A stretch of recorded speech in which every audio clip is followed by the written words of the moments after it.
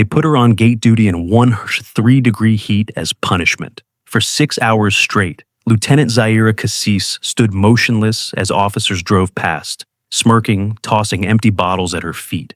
Everyone knew it was Commander Huxley's way of breaking her after she embarrassed him during drills. No one expected the black convoy that appeared on the horizon, or the way Admiral Blackwood's face changed when he saw her. What happened next silenced the entire base. From which city in the world are you watching this video today? If this kind of military story interests you, please consider subscribing for more untold stories of quiet heroes and moments that change everything. The sun blazed mercilessly over Naval Base Pacifica, turning the asphalt into a shimmering mirror that reflected heat upward in waves.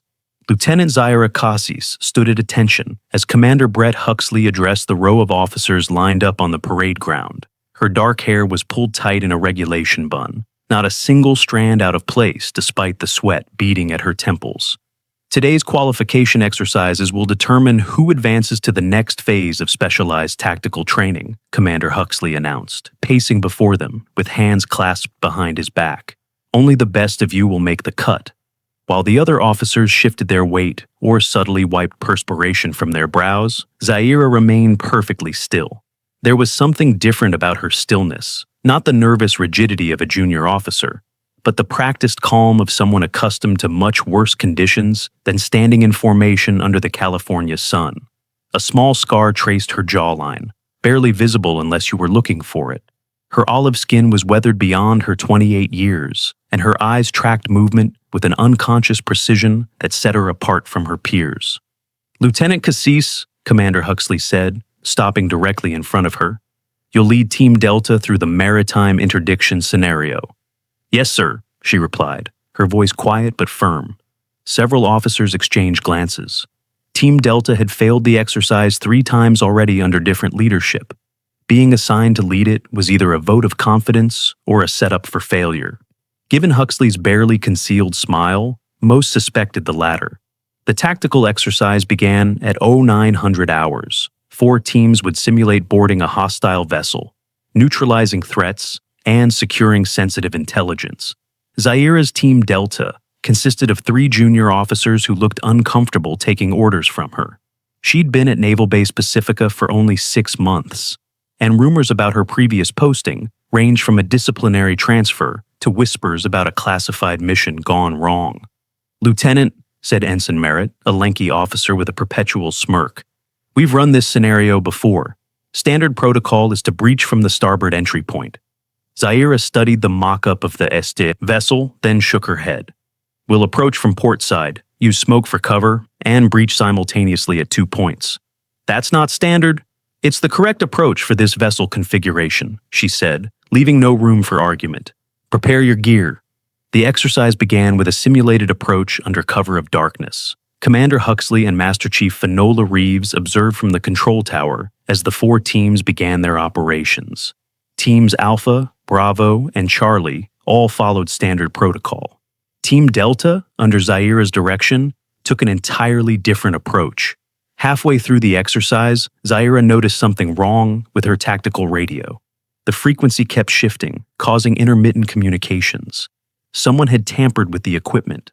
Rather than report it, she adapted, using hand signals to direct her team and completing the mission in silence. When the scenario ended, Commander Huxley's voice came over the loudspeaker. "Team Delta, report for debriefing." In the debriefing room, Huxley displayed the mission metrics on a large screen. Despite the communications sabotage, Team Delta had completed the objective 3 minutes faster than any other team, with perfect accuracy scores. "Lieutenant Cassis," Huxley said, his voice tight, "explain your deviation from standard protocol." "Sir, the vessel configuration presented a predictable defense scenario if approached from starboard. The dual-entry approach from port side circumvented the likely resistance points." "You're suggesting our established protocols are flawed?" His question carried a dangerous edge. "No, sir. I'm suggesting they're optimized for different vessel classes. This particular configuration required adaptation." The room went silent. Several senior officers were present, including representatives from Admiral Blackwood's staff. One of them leaned forward with interest. "And the communications failure?" Huxley pressed. Equipment malfunction, sir, Zaira replied, looking him directly in the eye. We adapted. Later that afternoon, all officers gathered for the qualification results. Commander Huxley stood before them, his face unreadable. The following officers have qualified for advanced tactical training, he began, listing names that didn't include Zahira's. After reading the last name, he paused. Lieutenant Cassis, you're reassigned to Gate 4 security detail, effective immediately. Report at 600 tomorrow. A ripple of whispers spread through the assembled officers. Gate 4, the farthest checkpoint on base, where only supply trucks and maintenance crews passed. It was where you sent someone when you wanted them to disappear from view. As the officers dispersed, Master Chief Finola Reeves passed close to Zaira. Their eyes met briefly. Reeves, a 25-year veteran with a reputation for brutal honesty and unwavering fairness, gave nothing away in her expression. But as she passed, her fingers brushed against Zaira's wrist, the smallest gesture of solidarity before she walked away. In her barracks that evening, Zaira methodically prepared her uniform for gate duty. Her movements were efficient, practiced, betraying no emotion about the obvious demotion. A photograph sat face down on her desk. She touched it once, didn't turn it over, then continued her preparations. Lieutenant Webb Carrington entered without knocking. Heard the news, Cassis. Gate 4, that's rough. Zaira continued folding her spare uniform. Did you need something, Lieutenant? Just thought you'd want to know what they're saying. Word is you embarrassed Huxley in front of the Admiral's staff, questioned his tactical judgment. People talk, she said simply.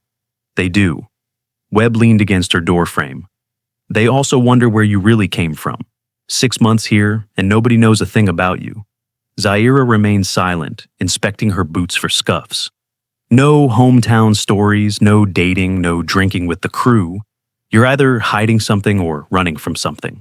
Webb studied her with genuine curiosity. Which is it? Neither, she replied. I'm here to do my job. Well, your job is checking IDs at Gate 4 now. He straightened up to leave. Have fun with the truckers, Cassis. The next morning at 0545, Zaira reported to Gate 4 for handover. The checkpoint sat isolated at the far western perimeter of the base, where the main service road connected to the civilian highway. A small guard booth baked in the early morning sun, already promising a scorching day ahead. Webb was finishing his night shift, looking bored and slightly disheveled. Right on time, he said, checking his watch. Always so precise. He handed over the logbook and security codes. Nothing happens here. Maintenance trucks, supply deliveries, occasional brass driving through to the weapons testing range. He hesitated, studying her. You know, nobody actually knows where you transferred from. Zaira remained expressionless. Base rotation, same as everyone. Webb snorted. Right, 6 months here and not one personal detail. No hometown stories, no dating, no drinking with the crew. He leaned closer. It's like you're a ghost. She took her position at the gate as Webb walked away, leaving one parting shot. Or maybe just a washout, hoping nobody notices. Zaira stood at perfect attention, watching the horizon where heat waves distorted the distant mountains. As she adjusted her sleeve, a strange marking was visible on her wrist, a tattoo partially removed, leaving only fragmented symbols. By its 0800, the temperature had already climbed to 85 degrees. By noon, it would hit 103. Gate 4 had minimal shade, and the guard booth's air conditioning unit had been scheduled for repair for 3 months. Zaira remained at her post, perfectly still, even as sweat soaked through her uniform. The first vehicle approached at 0730, a supply truck delivering fresh produce to the mess hall. Zaira checked the drivers, credentials, inspected the manifest, and waved him through with professional efficiency. As the morning wore on, more vehicles passed. Some officers recognized her from the previous day's qualification exercise. Their reactions varied from confused to amused. Lieutenant Commander Davis slowed his jeep as he passed through. Quite a view out here, Cassis, he called out with false sympathy. Scenic. Others weren't as subtle. A group of ensigns drove through repeatedly, claiming they'd forgotten items at the off-base housing complex. Each time, they forgot their IDs as well, forcing Zaira to log each entry manually while they watched her sweat in the growing heat. Enjoying your new assignment? One asked, not bothering to hide his smirk. Zaira's face remained impassive. ID, please. By midday, the temperature had climbed to 103 degrees as predicted. The asphalt radiated heat like a furnace. Officers passing through made a game of ignoring Zaira's salutes, pretending not to notice her as they drove past. Lieutenant Commander Thackeray pulled up in a jeep with two junior officers around 1300 hours. Unlike the others, he made a point of stopping directly in front of the checkpoint. Lieutenant Cassis, he announced with artificial formality. Surprise security inspection. The junior officers exchanged glances, barely containing their amusement. Thackeray spent 20 minutes inspecting her station with exaggerated thoroughness, finding imaginary infractions with each passing moment. Your logbook entries are 0.3 centimeters from the margin line, he declared. Your hat is 0.5 inches off regulation position. He marked each supposed violation on his clipboard with dramatic flair. Consider this an official reprimand. The junior officers snickered. As they drove away, one tossed an empty water bottle that landed at her feet. Zaira didn't move to pick it up. The sun beat down relentlessly. A convoy of 5 vehicles approached from the highway. Civilian contractors headed for the engineering complex. Zaira verified each ID methodically, her movements precise despite the heat that had now pushed past 105 degrees. The last driver, an older civilian with gray hair and deep smile lines, studied her with unexpected intensity. "You're new at this gate," he observed. "Yes, sir," she replied professionally. "Military police?" "Naval officer." He raised an eyebrow. Unusual posting for an officer. Zaira said nothing, simply returning his ID and waving him through. The afternoon stretched on, each hour marked only by the changing angle of the sun and the occasional vehicle passing through. Zaira remained standing, even as the heat created visible distortions in the air around her. She didn't seek shade or lean against the guard booth. Her posture remained perfect, her vigilance unwavering. At 1400 hours, Petty Officer Indra Mehta approached on foot carrying a canvas bag. The young woman's dark hair was pulled back in a ponytail, and she moved with the easy confidence of someone comfortable in their role. "Lieutenant," she called out, "Mess Hall sends lunch to the outer checkpoints on rotation." Zaira nodded once. "Thank you, Petty Officer." Indra handed her a paper bag. Water, sandwich, apple, nothing fancy. She hesitated, then added more quietly, "They're saying Huxley did this because you embarrassed him in front of Admiral Blackwood's staff last week." Zaira accepted the bag without comment. "I also heard Master Chief Reeves tried to override your reassignment." Zaira finally spoke. "Thank you for the lunch, Petty Officer." As Indra turned to leave, a black helicopter flew overhead, banking sharply as it approached the landing pad near command headquarters. Zaira's eyes tracked it with unexpected precision, her gaze calculating rather than merely observing. "Beautiful birds," Indra commented, noticing Zaira's focused attention. "Sikorsky MH-60R, Zaira responded automatically. "Portside targeting system is miscalibrated by 3 degrees. She caught herself, face returning to neutral. Indra stared at her, confused. "How could you possibly know that from here?" The question hung in the air between them. Zaira's silence lasted just long enough to become uncomfortable. "Is it true you were stationed at Coronado before this?" Indra finally asked, her curiosity getting the better of her. Zaira's silence stretched even longer this time, heavy with unspoken history. When she finally spoke, her voice was carefully controlled. "Thank you for the lunch, Petty Officer." Indra recognized the dismissal for what it was and walked away, glancing back once with renewed curiosity. The afternoon continued its relentless progression. Each vehicle that passed through received the same professional treatment, no more, no less, regardless of how the occupants treated Zaira. Some ignored her completely. Others made a point of staring or making comments just loud enough for her to hear. "Gate girl." Huxley's example. "Washout." She registered each one, acknowledged none. At 15:30 hours, a convoy of dusty maintenance trucks approached from within the base, headed out toward the civilian highway. Routine. Zaira checked each driver's credentials with the same methodical precision she'd maintained all day. The lead driver, a man in his 60s named Eldridge according to his ID, was grizzled and weathered, with hands that spoke of decades of manual labor. Unlike the others, he studied Zaira with an intensity that felt like recognition. As she checked his clearance, he mumbled something under his breath. The words were barely audible, but unmistakable to Zaira's trained ear. Never thought I'd see Damascus standing gate duty. Zaira froze imperceptibly, her hand still holding his ID. I don't know what you're talking about. Eldridge held her gaze a beat too long. My mistake, ma'am. He accepted his ID back and drove through, but his eyes remained fixed on her in his rearview mirror until his truck disappeared, down the highway. The name, Damascus, had caused the first crack in Zaira's perfect composure. A slight tightening around her eyes, a barely perceptible change in her breathing. Anyone watching closely enough would have seen it, but no one was watching that closely, or so she thought. At 16:20 hours, a black SUV with tinted windows approached from within the base. Zaira recognized Commander Huxley in the passenger seat before the vehicle even stopped. He was accompanied by several officers returning from an off-base meeting. The driver slowed deliberately at the checkpoint, allowing Huxley to roll down his window. His smile was all teeth, no warmth. Comfortable, Lieutenant? I hear Gate 4 is where careers come to die. His companions laughed on cue. One officer in the back seat, Lieutenant Riker, didn't join in the laughter. Instead, he studied Zaira with growing discomfort, noticing the dignity with which she held herself, despite the obvious humiliation of her position. Sir, Riker began hesitantly. Maybe what, Lieutenant? Huxley cut him off, his tone sharp. Nothing, sir.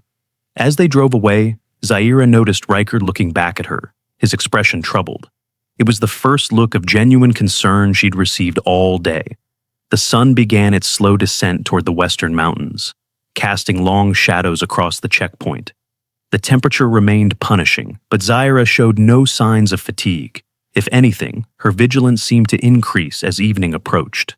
When the base loudspeakers announced the changing of the watch at 1800 hours, Zaira remained at her post. No relief officer appeared. The logbook indicated she was scheduled for a double shift, 16 hours straight at Gate 4. She finally opened the lunch Petty Officer Mehta had delivered hours earlier. The water was warm, but she drank it methodically. The sandwich was slightly stale. She ate it anyway, her movements economical.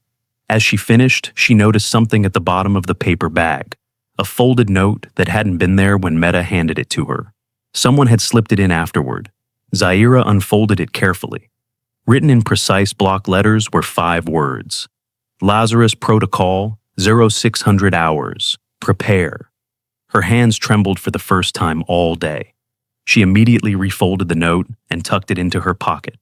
The base's evening rhythm continued around her. Shift changes, dinner calls, the distant sound of helicopters performing night training exercises. Gate 4 grew quieter as darkness fell, with only occasional vehicles passing through. At 2145 hours, an unmarked sedan approached from the base side. It slowed to a stop at the checkpoint. The driver's window rolled down to reveal Master Chief Reeves. Lieutenant, she acknowledged, her tone neutral but her eyes alert. Master Chief, Zaira returned the greeting. Long shift. Yes, ma'am. Reeves glanced at the empty guard booth, then back to Zaira, still standing at her post, despite 12 hours of continuous duty in punishing heat. Resilience is an admirable quality, Lieutenant. So is patience. She handed over a small package. Mess hall sends dinner to extended posts. Thank you, ma'am. As Zaira accepted the package, Reeves added quietly, the Admiral's inspection tour begins at 600 tomorrow. All posts are expected to be in perfect order. Their eyes met with shared understanding. Something was happening at 600 hours, just as the note had indicated. Understood, Master Chief. Reeves nodded once, then drove through the checkpoint. Zaira watched the taillights disappear into the darkness. The night grew cooler, but Zaira maintained her post. Several more vehicles passed through, mostly officers returning from off-base activities. Most barely acknowledged her presence. At midnight, a jeep approached from the base side. Lieutenant Webb was behind the wheel. Cassis, he called out as he stopped. Heard you pulled a double. Brutal. She checked his ID with the same professionalism she'd shown everyone else. Have a good evening, Lieutenant. You know what I can't figure out? Webb continued, ignoring her dismissal. You don't seem bothered by any of this. Huxley's trying to break you, and you're acting like it's just another day. Zaira remained silent. People who don't break under pressure usually have experience with much worse pressure. Webb studied her in the dim light from the checkpoint. What exactly did you do before coming here, Lieutenant? ID check complete, sir. You're cleared to proceed. Webb shook his head. Whatever. Enjoy your night with the coyotes. He drove off into the darkness. The hours between midnight and dawn were the quietest. Vehicle traffic slowed to almost nothing. Desert wildlife became more active. Coyotes howled in the distance. Small creatures rustled through the scrub brush beyond the perimeter fence. Zaira used the time to observe her surroundings with greater attention. From Gate 4, she had clear sightlines to the main approach road, the perimeter fence running east to west, and the distant lights of the command buildings. Anyone watching would have seen only an officer maintaining her post. They wouldn't have noticed how she mentally logged blind spots, calculated distances, identified potential security vulnerabilities. At EO of 500 hours, the base began to stir. Lights appeared in more buildings. The mess hall chimney started emitting smoke as breakfast preparations began. Vehicle movement increased as the night shift prepared to hand over to the day shift. Zaira checked her watch. 1 hour until 600. She used the guard booth's small sink to wash her face and hands. Her uniform, despite 16 hours of continuous wear, remained remarkably crisp. She adjusted her hat to perfect regulation position and resumed her post. At 0530, the base loudspeakers crackled with the morning announcements. Routine information about training schedules, weather conditions, and security. Protocols. Nothing out of the ordinary.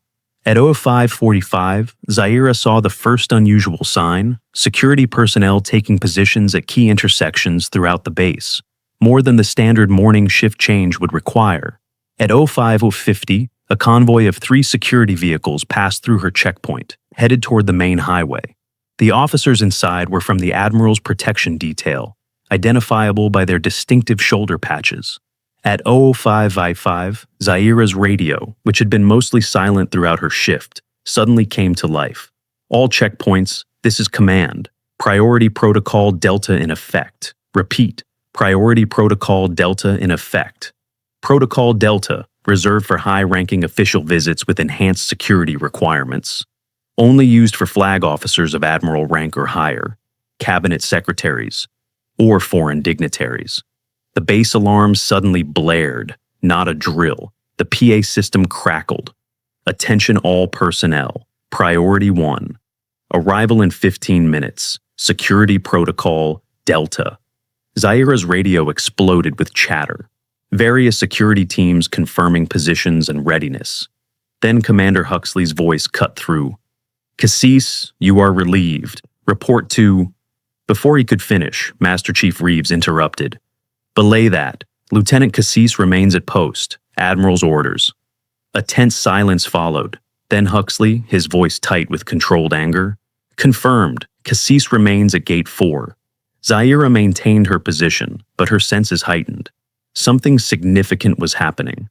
The Lazarus Protocol mentioned in the note, whatever it was, appeared to be underway. In the distance, just beyond the curve where the access road disappeared into the desert, a cloud of dust appeared on the horizon. A convoy was approaching, not from within the base, but from the civilian highway. They were coming to Gate 4, to her. Officers and enlisted personnel began gathering at various vantage points, clearly curious about the unusual activity. Several vehicles pulled to the side of the access road, their occupants watching with undisguised interest as the dust cloud grew larger. Zaira could now make out the approaching convoy. 5 black SUVs with diplomatic flags, motorcycle escorts, the full security package. This wasn't a routine visit. This was someone with the highest security clearance. Base personnel scrambled into formation along the main road, preparing to receive whoever was arriving. Yet the convoy wasn't heading for the main entrance. Radio chatter confirmed what Zaira could already see. They were coming directly to her checkpoint, not the main gate. Commander Huxley's jeep screeched to a halt nearby. He rushed over, breathless and clearly agitated. What the hell is happening? They're supposed to enter through the main gate. Why are they coming here? Zaira didn't take her eyes off the approaching convoy. Sir, you should stand aside. His face reddened. I don't take orders from... Commander. Master Chief. Reeves appeared behind him, her voice carrying a steel edge Zaira hadn't heard before. Step back now. Her tone left no room for argument. Huxley reluctantly moved aside, his expression a mix of confusion and growing unease. The convoy was close enough now that Zaira could see the lead motorcycle escorts, their lights flashing as they approached Gate 4 at speed. Behind them, the black SUVs moved in perfect formation, windows tinted to prevent anyone from seeing inside. They slowed as they approached the checkpoint. The motorcycle escorts took up defensive positions, Marine security teams deployed in practiced formation, creating a perimeter around the central vehicle. The base had gone silent. Everyone was watching. The central SUV stopped directly in front of Zaira. The door opened. Have you ever watched someone maintain perfect dignity despite unfair treatment? Share your thoughts in the comments about times when you've witnessed quiet strength in the face of injustice. If stories of unrecognized heroes resonate with you, consider subscribing for more narratives that illuminate the power of character and hidden valor. The central SUV's door opened. Admiral Julian Blackwood emerged, the legendary SEAL commander known as the Ghost, silver-haired, weathered, with eyes that had seen more war than peace. His uniform bore the weight of decades of service, each medal and ribbon telling a story few would ever hear in full. Beside him, a woman in civilian clothes exited. Director Amara Collins of Naval Intelligence. Her tailored suit and severe expression marked her as someone accustomed to making decisions with global consequences. The entire base held its breath. Admiral Blackwood scanned the assembled personnel, his gaze cutting through the crowd like a searchlight until it found Zaira. His stern expression shifted, imperceptibly to most, but Master Chief Reeves noticed. So did Huxley, whose confusion was rapidly turning to unease.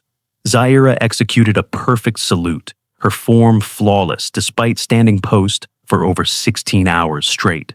Commander Huxley stepped forward, clutching a folder, clearly intent on briefing the Admiral about the unusual entry point. Admiral Blackwood, sir. Welcome to Naval Base Pacifica. I'm Commander Huxley, Executive Officer. If I may explain the irregular routing— Not now, Commander, Blackwood said without looking at him, his voice carrying the quiet authority of someone who rarely needed to raise it to be obeyed. He approached Zaira slowly, each step deliberate. The silence stretched across the checkpoint like a physical presence. When he stopped directly in front of her, the world seemed to hold still. Then, breaking all protocol, Admiral Blackwood returned her salute, holding it a beat longer than regulation required. Damascus, he said, barely above a whisper. The name rippled through the witnesses, first confusion, then recognition from some of the senior officers as understanding dawned. Shock followed, radiating outward like a shockwave. Director Collins stepped forward. Lieutenant Commander Zaira Cassis. She emphasized the rank. Lieutenant Commander, not Lieutenant. Operational Control, Special Activities Division, Task Force 88. Zaira remained at attention, eyes forward, betraying nothing despite the revelation that had just shattered her cover identity. Admiral Blackwood turned to address the assembled personnel, his voice carrying across the now silent checkpoint. 3 years ago, a classified operation prevented a biological attack that would have killed millions. Official records state it was prevented by intelligence assets. His gaze swept across the officers present. The truth is standing before you. He turned to Commander Huxley, whose face had drained of all color. This officer allowed her record to be obscured, her rank reduced, and her reputation damaged rather than violate operational security. His gaze hardened. You've been testing equipment reconfigured according to Lieutenant Commander Cassis's protocols for the last 6 months. The protocols that saved your entire team during the Doha simulation. Huxley stood frozen. His earlier confidence evaporated entirely. Director Collins spoke next. Damascus is being reactivated, effective immediately. She handed Zaira a secure tablet. Zaira finally broke her stance to accept it. She scanned the contents, her expression unchanging despite whatever information the device contained. Admiral Blackwood addressed the silent crowd once more. You've been guarding your checkpoint, Lieutenant Commander. Now we need you to guard ours again. The Admiral's security detail moved them efficiently toward the waiting vehicles. Director Collins conferred quietly with Zaira, their conversation inaudible to the stunned onlookers still trying to process what they had witnessed. As the convoy prepared to depart, Admiral Blackwood paused beside Commander Huxley. "I'll expect your full report on Lieutenant Commander Cassis's reassignment by 0800 tomorrow." "Yes, sir," Huxley managed, his voice barely audible. The convoy departed, leaving a wake of confusion and whispered conversations. Officers who had ignored or mocked Zaira hours earlier now stared at her with new eyes. The transformation was immediate, from invisible to infamous in the span of 5 minutes. Master Chief Reeves approached as the dust settled. "Commander Cassis, you're relieved of checkpoint duty. Report to Command Building Alpha at 0700 tomorrow." "Yes, Master Chief," Zaira replied, breaking her post for the first time in 16 hours. As they walked away from Gate 4, Reeves kept her voice low. "You maintained excellent bearing, Commander." "The assignment served its purpose," Zaira replied simply. "That it did." Reeves glanced at her. "The Admiral doesn't reactivate assets without cause." Zaira's expression remained neutral, but her voice carried a new edge. "No, he doesn't." The next morning, the officers' thoughts mess buzzed with speculation. Zaira's arrival created an immediate hush as conversations halted mid-sentence. She wore her proper uniform now, Lieutenant Commander insignia restored, Special Operations patches visible. The difference wasn't just in the uniform, but in how she carried it, no longer concealing her authority, but embodying it. Chairs scraped as personnel stood in respect, a military courtesy usually reserved for senior officers. Zaira nodded once in acknowledgement and proceeded to the coffee station. Commander Huxley approached, visibly uncomfortable. The previous day's confidence had been replaced with thinly disguised anxiety. "Commander Cassis, I want to express my—" "Not necessary, sir," she interrupted quietly. "Operational security required my cover to be authentic. You performed your role." His eyes widened with understanding. She was offering him a graceful exit, a way to save face despite his role in her public humiliation. Whether from genuine gratitude or calculation, Huxley stood straighter. "Thank you, Commander." As Zaira collected her breakfast, Lieutenant Riker approached her table. Unlike the others, his interest seemed genuine rather than prompted by the revelation of her status. "Did you request Gate 4?" he asked without preamble. A ghost of a smile crossed her face. "Best vantage point on the base, clear sightlines to all approaches." "You were never being punished," he realized. "You were watching." She didn't confirm or deny, simply nodded and continued her breakfast. "Damascus," he said quietly. "The name means something." "Names often do." "Were you there, in Syria?" Zaira set down her coffee.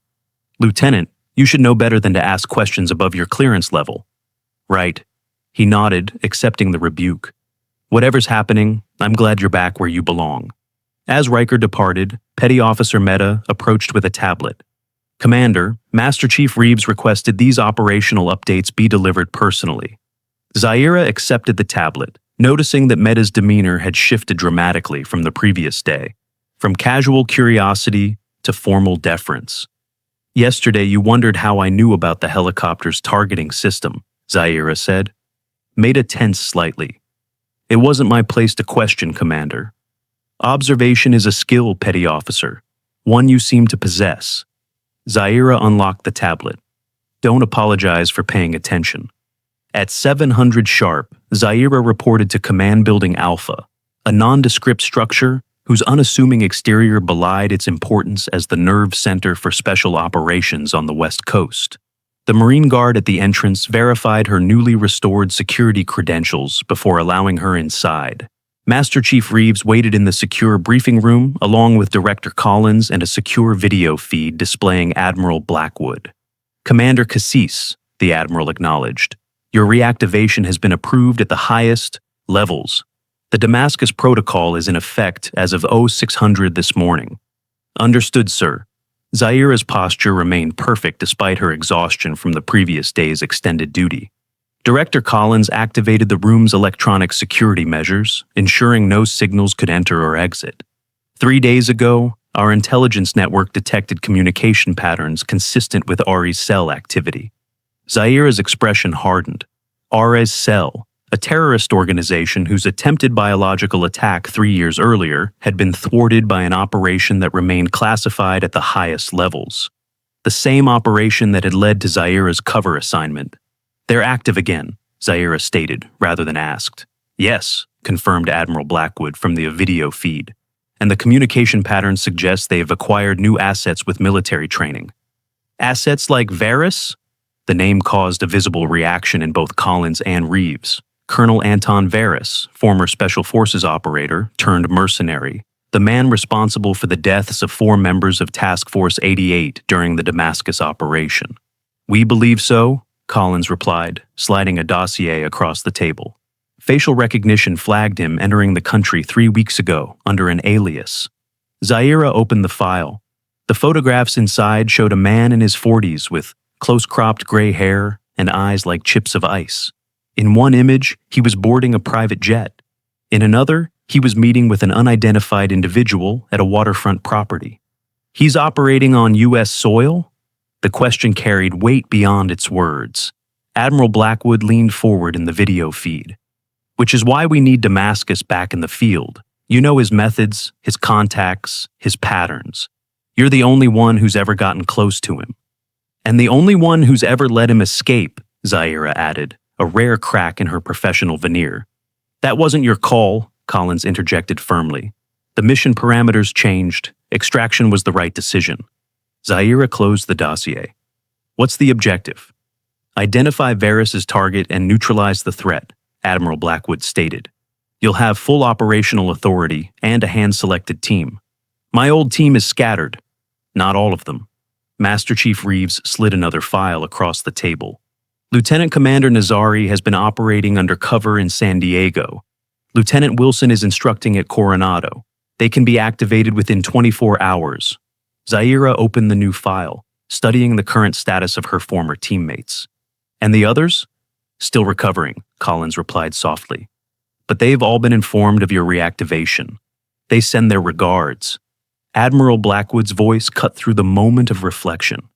"This stays compartmentalized. Until we know Varys' target, trust is limited to this room and your activated team members." "Understood, sir." Zaira closed the file. "I'll need access to the original Damascus operation files." "Already authorized," Collins confirmed, "along with a secure operations center.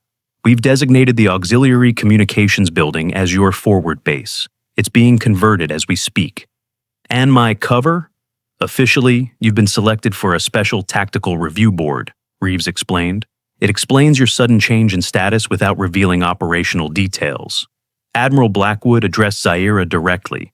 "Commander, I want to be clear. If Varys is planning what we think he's planning, we're looking at a potential mass casualty event on American soil. The stakes couldn't be higher." "I understand the stakes, Admiral." Zaira's voice carried the weight of personal experience. "I carried Specialist Torres 6 miles through the mountains after Varys' ambush. I watched Lieutenant Rivera die from his bioweapon. I know exactly what he's capable of." The briefing continued for another hour, covering intelligence updates, resource allocation, and operational protocols. Throughout, Zaira absorbed every detail with methodical precision, asking pointed questions that revealed a mind already formulating strategy. As the meeting concluded, Admiral Blackwood signed off with a final instruction. "Damascus rises at dawn. Good hunting, Commander." When only Zaira and Master Chief Reeves remained in the room, the older woman's formal demeanor softened slightly. "I always knew you'd be reactivated eventually.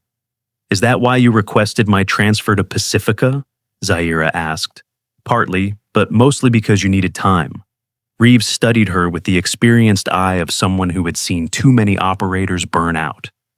"Did it help? The time away from the field?" Zaira considered the question. "It clarified some things. Such as?" "The difference between justice and revenge." She gathered the files. "Varys deserves both, but only one serves the mission." Reeves nodded, satisfied with the answer. "The maintenance worker, Eldridge. He recognized you yesterday." "Yes, he wasn't on any briefing documents." "Because he's not officially here," Reeves explained.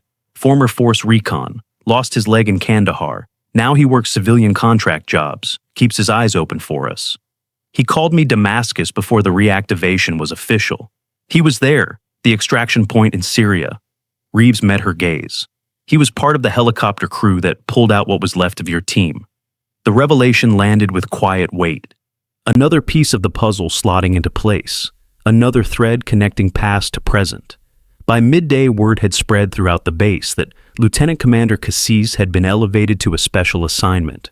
The details remained classified, but the speed of her restoration, from checkpoint duty to command status overnight, fueled speculation that ranged from the plausible to the absurd. Zaira ignored the rumors as she made her way to the auxiliary communications building that would serve as her operations center.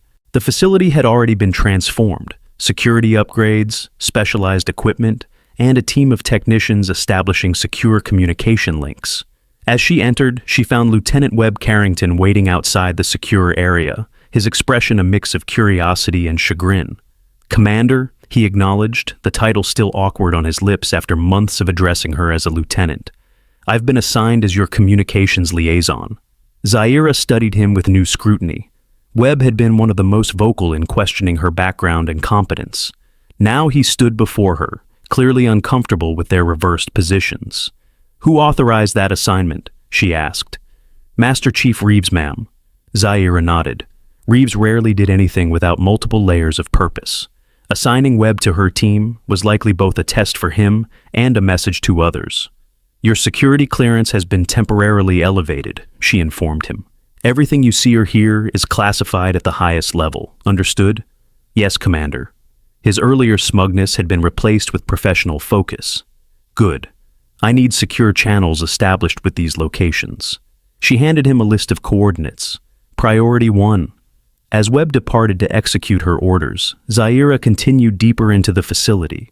The main operations room had been reconfigured with multiple workstations, each dedicated to a specific aspect of the mission: intelligence analysis, surveillance monitoring, communications tracking. Director Collins was already there, conferring with a team of intelligence analysts. She broke away as Zaira entered. "Your team is being assembled," she reported. "Lieutenant Commander Nazari will arrive at 1600 hours, Lieutenant Wilson at 1800. And operational equipment? Being transferred from the secure facility at Camp Pendleton. Everything on your requisition list, plus a few upgrades R&D has been working on." Zaira moved to the central tactical display, where a map of the western United States dominated the screen. Several locations were already highlighted, potential targets based on preliminary intelligence. "Varus specializes in maximum impact," she observed, studying the map. "Critical infrastructure, public gatherings, symbolic locations. That's what concerns us," Collins confirmed. "We have a Fleet Week celebration in San Diego Harbor in 3 days, over 50 naval vessels, including 2 carrier groups, plus hundreds of thousands of civilians." "Perfect target," Zaira agreed. "High visibility, military significance, difficult security perimeter, given the public nature. We're coordinating with local authorities to enhance security, but quietly. If we raise too many alarms, Varus will know we're on to him," Zaira finished. "And he'll adapt. He always does." Throughout the afternoon, Zaira immersed herself in intelligence briefings, operational planning, and equipment checks. Each report, each data point, each satellite image was another piece in a puzzle she was determined to solve before Varus could execute whatever he was planning. At 1600 hours, Lieutenant Commander Amir Nazari arrived. Tall and lean, with the relaxed confidence of someone who had spent years operating undercover, he entered the operations center and immediately locked eyes with Zaira. For a moment, neither spoke. Then Nazari smiled, a genuine expression that transformed his serious features. "Damascus lives," he said simply. "So it seems," Zaira replied, allowing herself a small smile in return. "How was San Diego?" "Boring, until a week ago." His expression turned serious. "One of my sources reported unusual activity at a private marina. Shipments arriving at odd hours, security personnel with military bearing, but no identifiable affiliation. Connected to Varus? Can't confirm yet, but the pattern fits his operational style." Nazari moved to the tactical display. "I've been monitoring from a distance. Didn't want to spook them by getting too close." "Good call," Zaira approved. "We'll need surveillance assets in place." 2 hours later, Lieutenant Derek Wilson joined them. Unlike Nazari's subtle entrance, Wilson arrived with characteristic boldness, striding into the operations center with the confidence of someone accustomed to making an impression. "Commander on deck," he announced with a grin that belied the formality of his words. Zaira shook her head, but there was warmth in her expression. "Still can't make a quiet entrance, can you, Wilson?" "Never saw the point, ma'am." His smile faded as he joined them at the tactical display. "Heard about Varys, thought that bastard was dead." "Apparently not," Zaira replied, "and he's planning something on American soil." "Then we stop him," Wilson stated with absolute conviction, permanently this time. By evening, the core of Zaira's team was assembled and fully briefed. The operations center hummed with focused activity as analysts processed intelligence, technicians monitored communications, and operators prepared equipment. Commander Huxley appeared at the entrance, his demeanor markedly different from his previous interactions with Zaira. He requested a moment of her time, which she granted with professional courtesy. "Commander Cassis," he began once they were in a private briefing room, "I wanted to personally assure you that all base resources are at your disposal. Whatever you need for your operation, consider it approved." "Thank you, Commander. I appreciate the support." Huxley hesitated, clearly wrestling with something more personal. "I also wanted to apologize for my treatment of you during your cover assignment." Zaira studied him. The apology was likely motivated by self-preservation as much as genuine remorse, but it represented an important acknowledgement nonetheless. "As I said earlier, you performed your role," she replied evenly. "Mine required being underestimated. Yours facilitated that. Still, some of the behavior toward you was unprofessional." "War takes many forms, Commander. Sometimes the battlefield is a desert, sometimes it's a checkpoint." She met his gaze directly. "What matters is the mission." Huxley nodded, accepting both her words and the subtle reminder of priorities they contained. "If there's anything else you need, actually, there is." Zaira's tone shifted slightly. "Lieutenant Webb Carrington. What about him?" "He's been assigned as my communications liaison. I'd like your assessment of his reliability." Huxley considered the question carefully. "Technically proficient, sometimes lets his ego cloud his judgment, but when it matters." He paused. "I'd trust him with operational security." "Thank you, that's helpful information." As Huxley departed, Zaira returned to the operations center. The dynamic had shifted as evening approached, the initial flurry of setup giving way to more deliberate analysis and planning. Lieutenant Commander Nazari approached with a tablet displaying recent surveillance photos. "We've identified 3 of Varys's known associates entering the country within the past month, all using different aliases, all converging in Southern California. They're building a team," Zaira observed. "A team for what is the question?" Wilson added, joining them. "Varys specializes in biological agents, but he's worked with explosives, chemical weapons, even cyber attacks." "He adapts to the target," Zaira agreed, "which means we need to identify what he's targeting before we can predict his method." Director Collins entered with a secure communication device. Admiral Blackwood on encrypted Channel 1. Zaira accepted the device and moved to a private area. "Admiral, Commander, update on your operational readiness?" Core team assembled, intelligence gathering underway. "We've confirmed Varys has brought in at least 3 specialists, possibly more. Timeline? If Fleet Week is the target, he'll move within 72 hours. We need to locate him within 48 to have operational options." The Admiral's voice carried the weight of command responsibility. "You have whatever you need, Commander. Just stop him." "Understood, sir." As night fell, the operations tempo changed again. Field agents in San Diego began reporting in. Surveillance drones provided infrared imaging of the marina Nazari had identified. Signals intelligence flagged communications patterns consistent with operational planning. Around midnight, the first solid lead emerged. A facial recognition system flagged one of Varys's associates entering a warehouse near the San Diego shipyards. Satellite imagery showed unusual activity at the location over the past week. Vehicles arriving and departing at irregular hours, security patrols, deliveries of unmarked containers.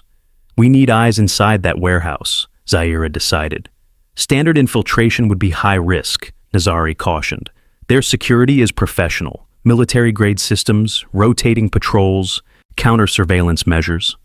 Then we don't use standard methods. Zaira studied the tactical display.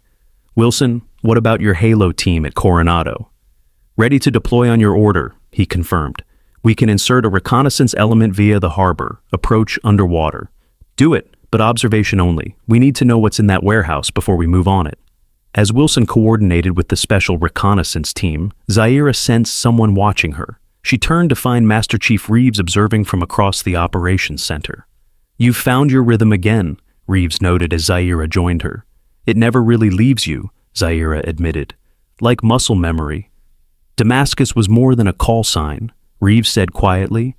It was what made you effective, the ability to remake yourself, to become invisible until the moment of action. Damascus was a mission, Zaira corrected, one that cost us dearly. And now? Now it's about finishing what we started. Zaira glanced at the tactical display. Varys escaped once, he won't escape again. The night progressed with methodical purpose. Each team member executed their role with the precision that came from years of specialized training. By Wuzo 300 hours, Wilson's reconnaissance team was in position near the warehouse, gathering intelligence through thermal imaging, signals interception, and direct observation.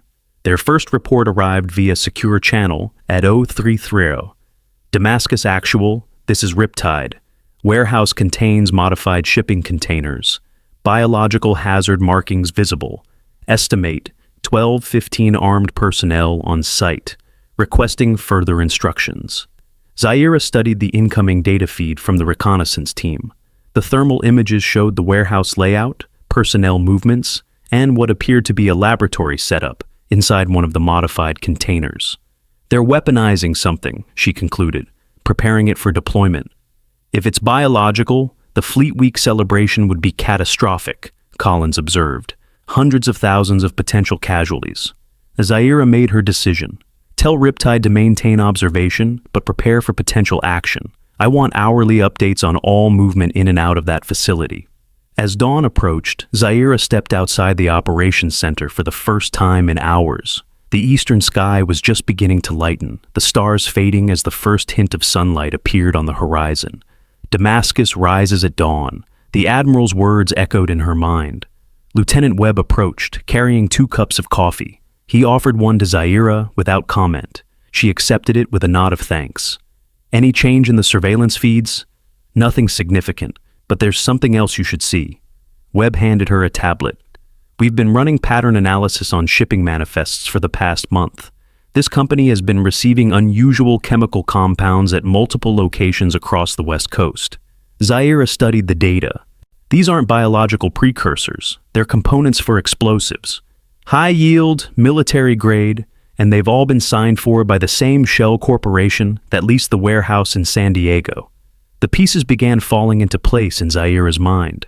He's not planning a biological attack, that's just misdirection. Then what? The secure communication device in Zaira's pocket vibrated. She answered immediately. Commander Cassis.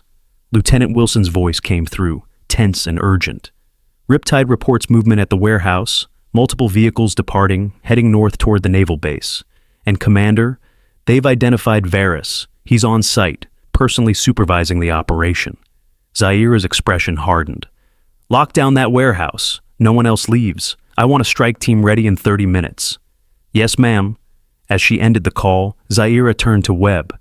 Alert all team members. Operation status is now active. The sun crested the horizon, bathing the naval base in golden light. After 16 hours of checkpoint duty and a full night of operational planning, Zaira should have been exhausted. Instead, she felt a clarity of purpose that transcended physical fatigue. Damascus was rising again. And this time, Varys would not escape. Have you ever witnessed someone's true capabilities finally being recognized after being underestimated? How did it change the way others treated them? Share your stories in the comments about moments when hidden expertise or leadership suddenly became visible. If you value stories about quiet competence and redemption, subscribe for more narratives that explore the strength beneath the surface. The Operations Center transformed into a hive of focused activity. Zaira moved with practiced efficiency, issuing orders that were executed without question. The difference between her command presence now and her deliberate invisibility at Gate 4 couldn't have been more striking. Satellite coverage expanded to include all routes between the warehouse and the naval base, Lieutenant Webb confirmed, his earlier skepticism replaced by professional respect. Drone teams are airborne for real-time surveillance. Lieutenant Commander Nazari coordinated with local law enforcement, carefully managing the information flow to ensure cooperation without revealing the full scope of the threat. San Diego PD has established checkpoints on all major thoroughfares, citing a security exercise. No mention of Varys or potential threats. Lieutenant Wilson's voice came through the secure channel. Strike Team Alpha in position, warehouse perimeter secured, no resistance so far. Appears most of their personnel departed with the convoy. Maintain position, but do not breach until my signal, Zaira instructed. Priority is tracking those vehicles. We need to identify their target before they deploy. Director Collins approached with a secure tablet. Facial recognition confirmed it's definitely Varys. First positive ID, on U.S. soil. Zaira studied the grainy image captured by surveillance drones. Colonel Anton Varys, former Special Forces, current terrorist. The man responsible for the deaths of 4 members of her team in Syria. His face was leaner than she remembered, with new scars along his jawline, but his eyes remained the same, calculating, cold, utterly without remorse. He wouldn't be on site unless this was the main operation, she observed.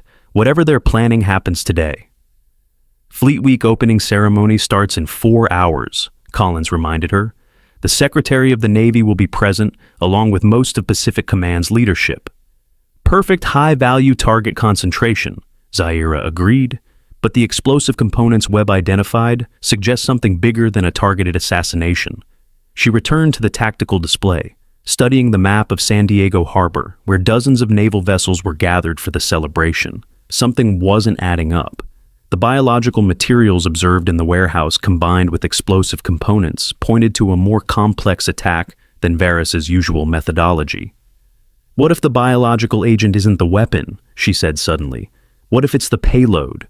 The implications landed heavily in the room. A conventional explosion used to disperse a biological agent across a crowded harbor. The casualties would be catastrophic, potentially in the tens of thousands. We need to move now, Collins urged. Alert the harbor authority. Evacuate the area. No, Zaira countered firmly. If Varys detects an evacuation, he'll adapt. Deploy elsewhere or accelerate his timeline. Our best chance is to intercept the delivery mechanism before it reaches the target area. She turned to Webb. I need real-time tracking on all vehicles that left that warehouse. Every traffic camera, every drone feed, every satellite pass. Working on it, Commander. 3 SUVs and a panel truck heading north on Interstate 5, consistent with a route to the naval base. Get me visual confirmation on the truck. That's our most likely transport for the device. Minutes later, a drone feed captured clear images of the convoy moving through morning traffic. The panel truck drove in the center, flanked by protective vehicles. Positive ID on the panel truck, Webb confirmed, registered to the same shell corporation that leased the warehouse. Intercepting on the interstate would create potential civilian casualties if the biological agent disperses, Nazari pointed out. Zaira studied the route. They'll have to slow at the naval base checkpoint. That's our interception point. Controlled environment, limited civilian exposure, maximum security support. They'll be expecting security at the base entrance, Wilson cautioned through the comm. They must have countermeasures planned. Which is why we don't hit them at the main gate, Zaira decided. We create an alternative entry point, force them to adapt. She outlined her plan, quickly designating teams and positions with the precision of someone who had conducted similar operations countless times before. Within minutes, orders were dispatched, assets repositioned, and a coordinated intercept strategy set in motion. Admiral Blackwood on Secure Channel 1, Collins announced, handing Zaira the encrypted communication device. Commander Cassis, the Admiral's voice came through clearly. I've been briefed on your assessment. A NEST team is en route as precaution. ETA 30 minutes. Nuclear Emergency Support Team, the government's elite response unit for nuclear and radiological threats. Their involvement elevated the situation to the highest threat level. Understood, Admiral, but we believe this is biological, not radiological. Let's hope so, Blackwood replied grimly. Nest is bringing containment capabilities for both scenarios. CDC Rapid Response is also deploying. We're moving to intercept before they reach the harbor, sir. Permission to proceed with Operation Crosscut. There was a brief pause before the Admiral responded. Granted, good hunting, Damascus. The comm center updated with real-time intelligence as Zaira's plan unfolded. Naval base security had been quietly enhanced at all entry points, with special response teams positioned strategically but out of sight.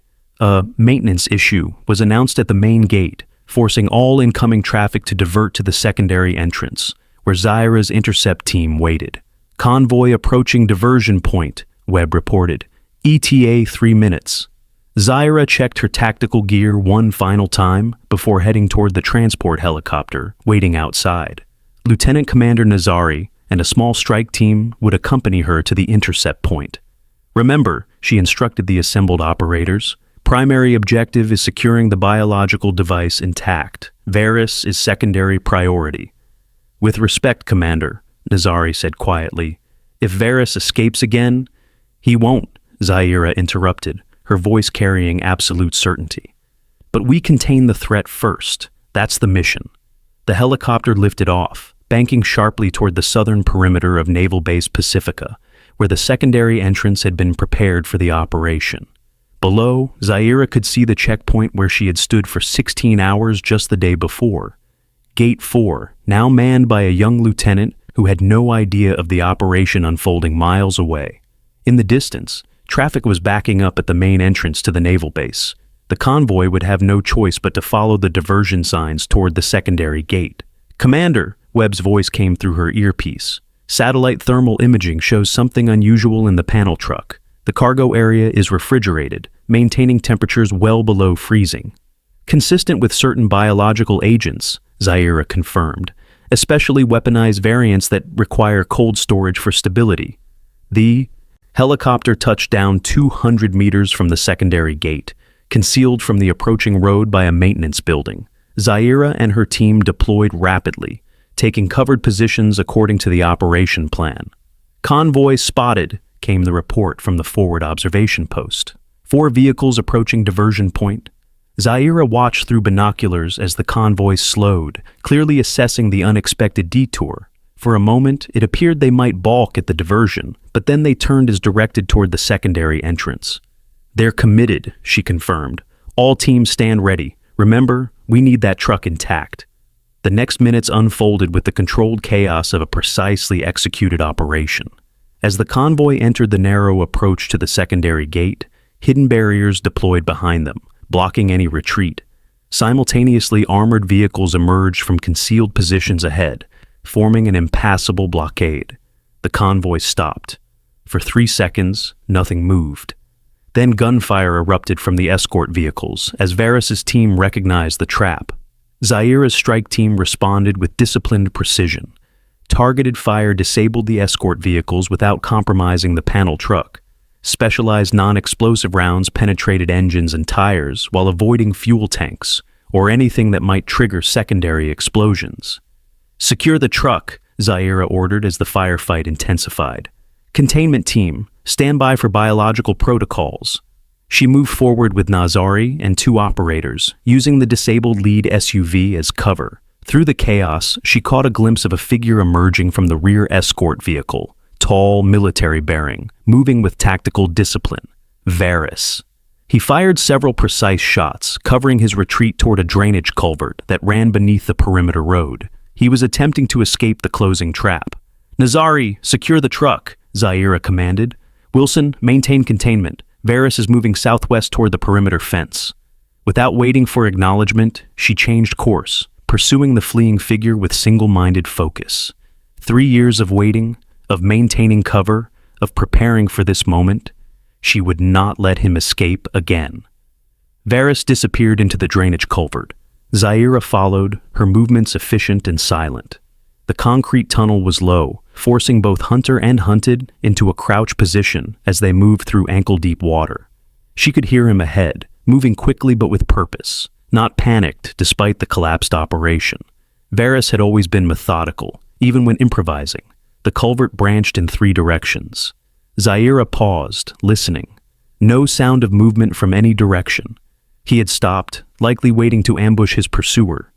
Damascus. His voice echoed through the concrete passages, impossible to locate precisely. I wondered if you survived Syria. Zaira remained silent, calculating angles and positions. 4 of your team didn't, he continued. I made sure of that. Did they tell you how long Rivera took to die? The bioweapon was still experimental then. We've perfected it since. A slight scrape of boot against concrete from the leftmost passage. Too obvious. A deliberate sound to draw her attention while he moved elsewhere. Nothing to say, Commander Cassis? No desire for revenge? Or are you still the perfect soldier, focused only on the mission? Zaira moved silently toward the center passage, using the echoing acoustics of the culvert to mask her approach.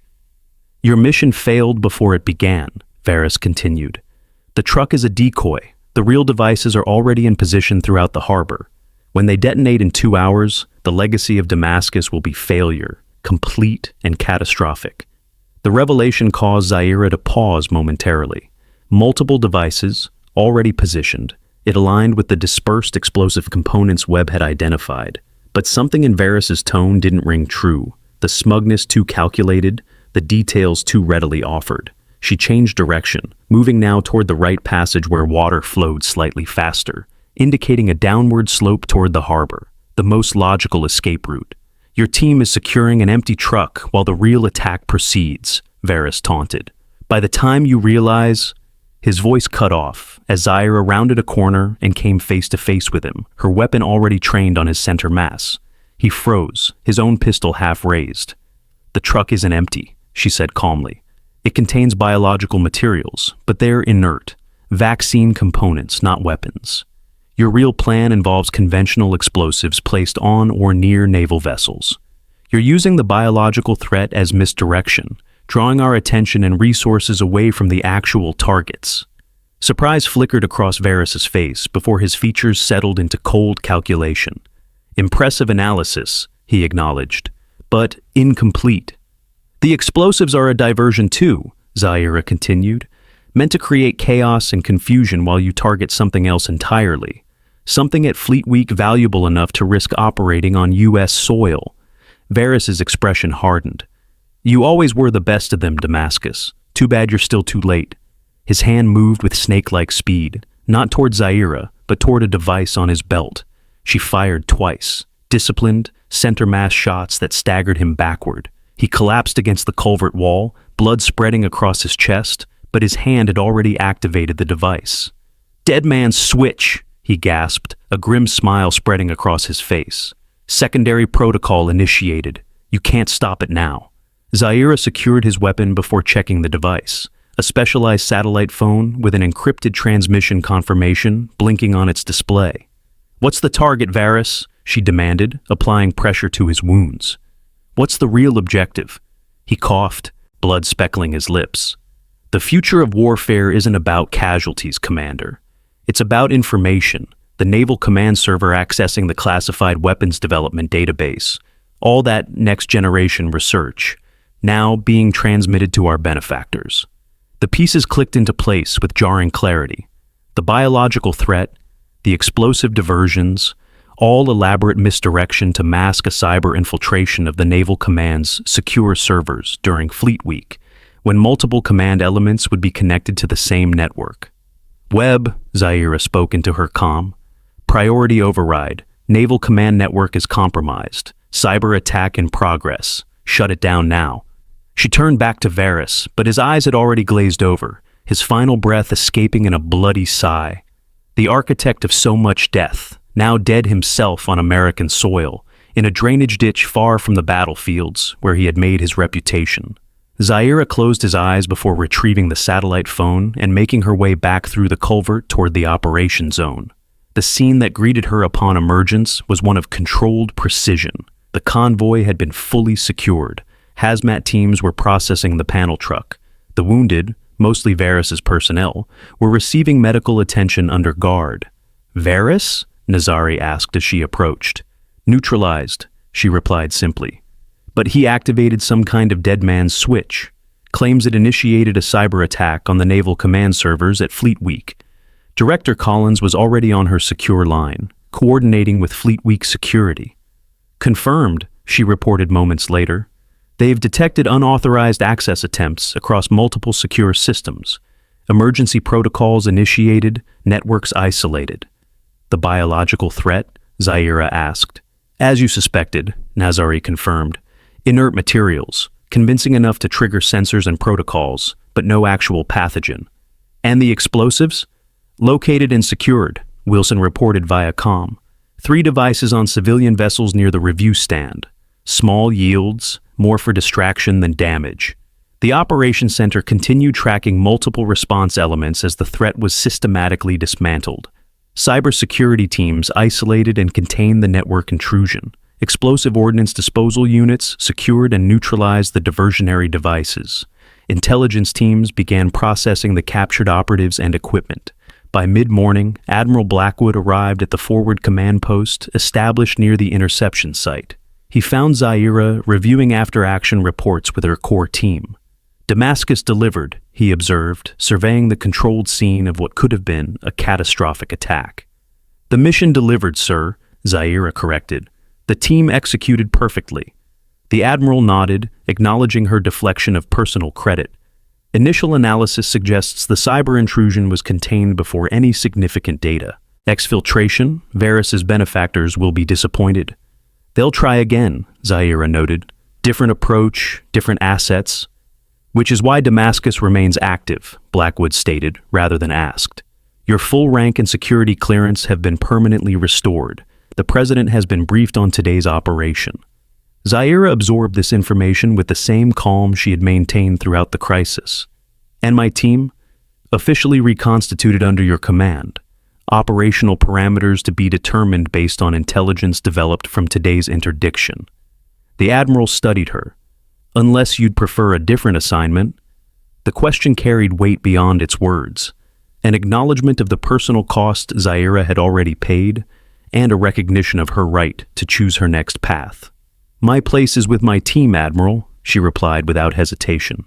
Later that afternoon, as the operational tempo transitioned from crisis response to intelligence gathering and analysis, Zaira returned briefly to Naval Base Pacifica. The base continued its normal routines, most personnel completely unaware of the threat that had been neutralized, or the operation conducted just miles away.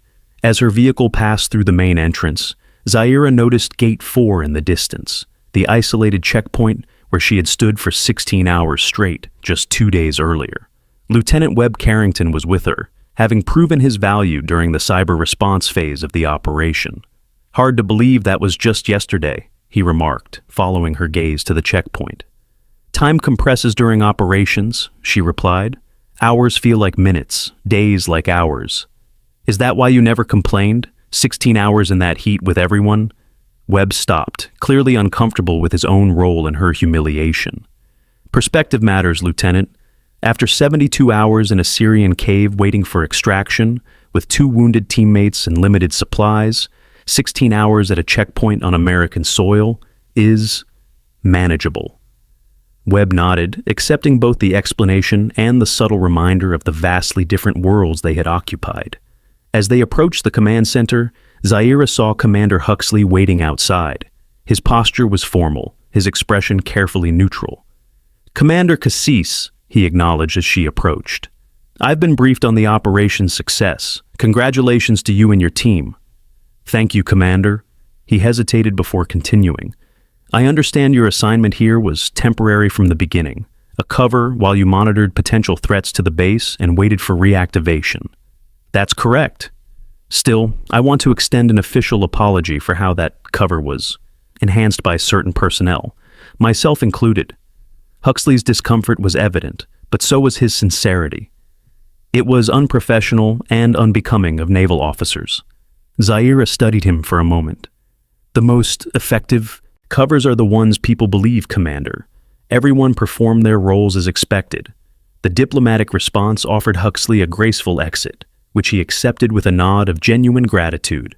If your team needs anything from Naval Base Pacifica during your ongoing operations, consider it approved without question. As Huxley departed, Master Chief Reeves approached. Unlike the commander's formal stiffness, Reeves carried herself with the relaxed confidence of someone who had always seen Zaira clearly, cover or not. "Your team is waiting in the command center," she reported. "Intelligence from the warehouse is still coming in. Looks like Varys had been planning this for months." "He was always methodical," Zaira noted. "Patient. A quality you share," Reeves observed, "though to better purpose." They walked together toward the command building, their pace unhurried despite the operational demands waiting inside. "Lieutenant Commander Nazari performed exceptionally today," Reeves commented. "Wilson too, though he still takes unnecessary risks." "They were both instrumental in the Damascus operation," Zaira acknowledged. "They understand the stakes better than most."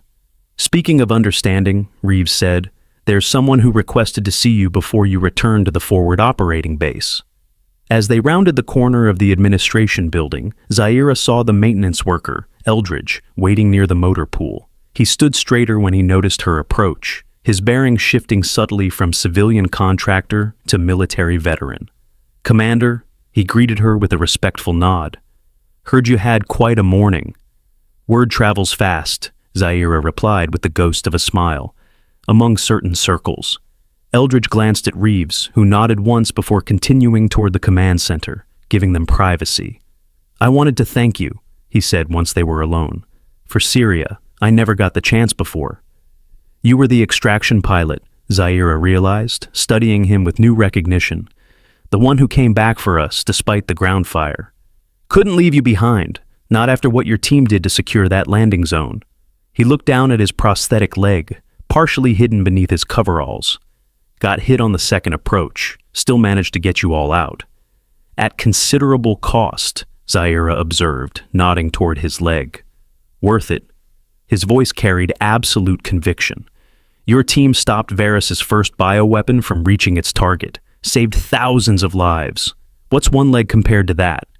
Zaira was silent for a moment, acknowledging the sacrifice without diminishing it with words. "When they told me you were here, undercover," Eldridge continued, "I requested transfer to the maintenance contractor. Figured someone should watch your back while you watch the base. I didn't need protection?" "No, ma'am, you surely didn't." Eldridge smiled slightly. "But everyone needs someone who knows the truth, especially when they're living a cover." He reached into his pocket and withdrew a small metal object, a battered checkpoint token from a forgotten outpost, the kind used in forward operating bases to verify friendly forces. "From Damascus," he explained, offering it to her. "Found it in the helicopter after the extraction. Thought you might want it back." Zaira accepted the token, its weight familiar in her palm. "Thank you." "Some gates are worth guarding, no matter the cost," Eldridge said, his eyes meeting hers with shared understanding. "You stood yours, I stood mine." With a final nod of respect, he turned and walked back toward the maintenance area, his slight limp barely noticeable in his determined stride. Zaira closed her fingers around the checkpoint token before continuing to the command center where her team waited. The day's operation had neutralized a significant threat, but intelligence gathered from Varys' operation suggested a larger network still in place. Her work, Damascus's work, was far from over. The command center hummed with activity as analysts processed intelligence from the captured operatives and equipment. Lieutenant Commander Nazari coordinated with federal agencies to track financial connections. Lieutenant Wilson worked with EOD teams to analyze the explosive devices for forensic evidence. Webb managed the cybersecurity response, tracing the attempted data exfiltration to its source. Director Collins met Zaira at the entrance. "Admiral Blackwood has authorized full operational scope for your team, Commander.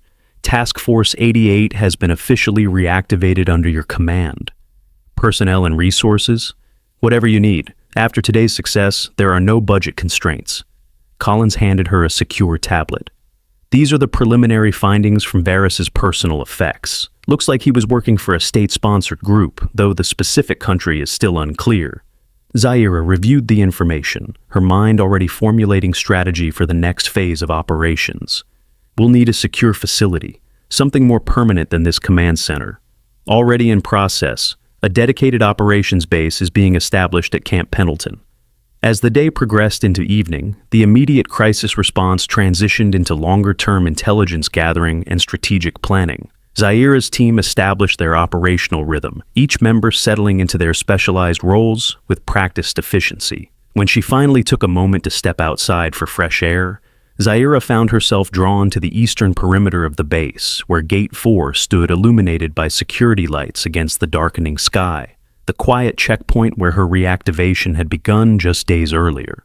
Lieutenant Riker was completing an inspection round when he noticed her observing the gate. "Commander," he acknowledged, "didn't expect to see you here." "Just getting some perspective, Lieutenant." Riker followed her gaze to the checkpoint.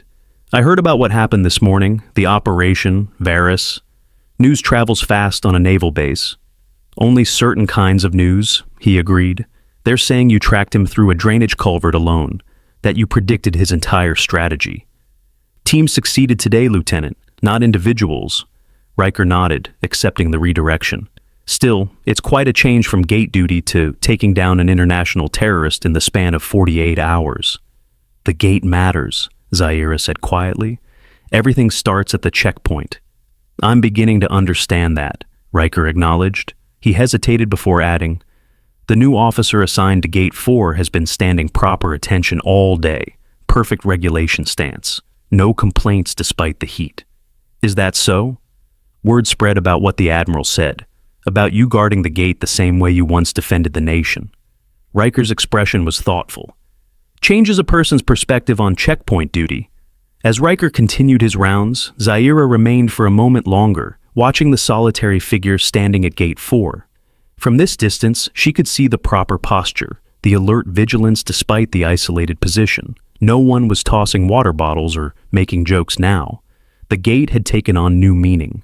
She turned back toward the command center where her team awaited her return. Damascus had risen again, emerging from the cover of Lieutenant Cassis.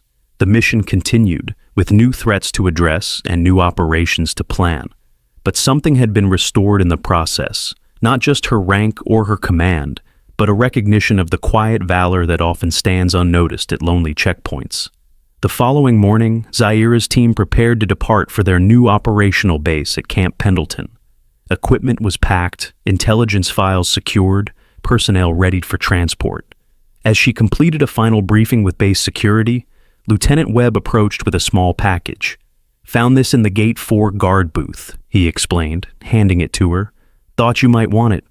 Inside was a simple logbook, the same one she had maintained during her 16-hour shift at the checkpoint. The entries were meticulous, each vehicle and person documented with perfect precision, despite the heat and the mockery she had endured. The final page contained a single entry in different handwriting.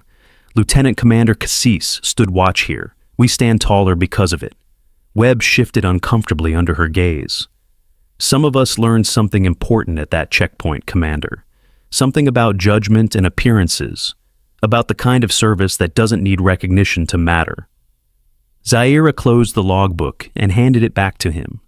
"Keep it at Gate 4, Lieutenant. Remind the next officer who stands that post what it really means to guard a checkpoint."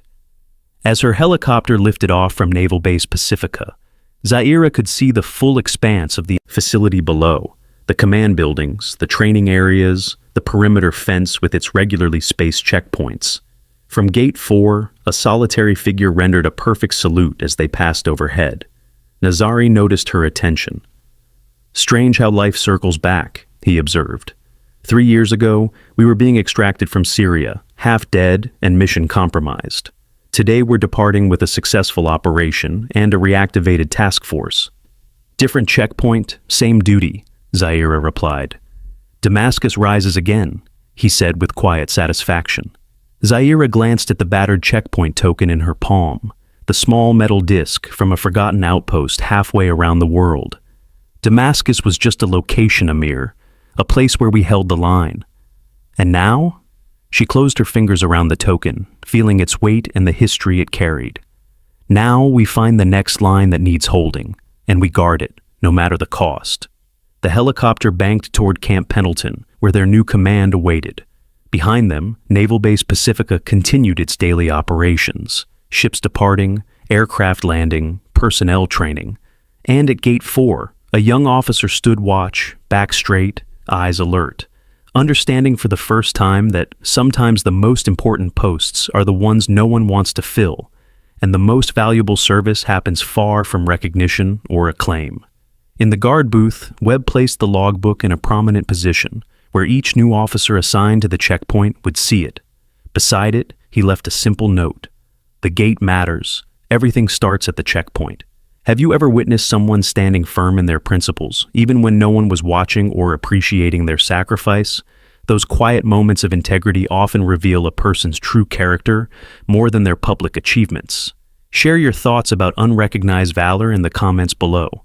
If stories of hidden strength and quiet dignity resonate with you, subscribe for more narratives that explore the deeper meaning behind service and sacrifice.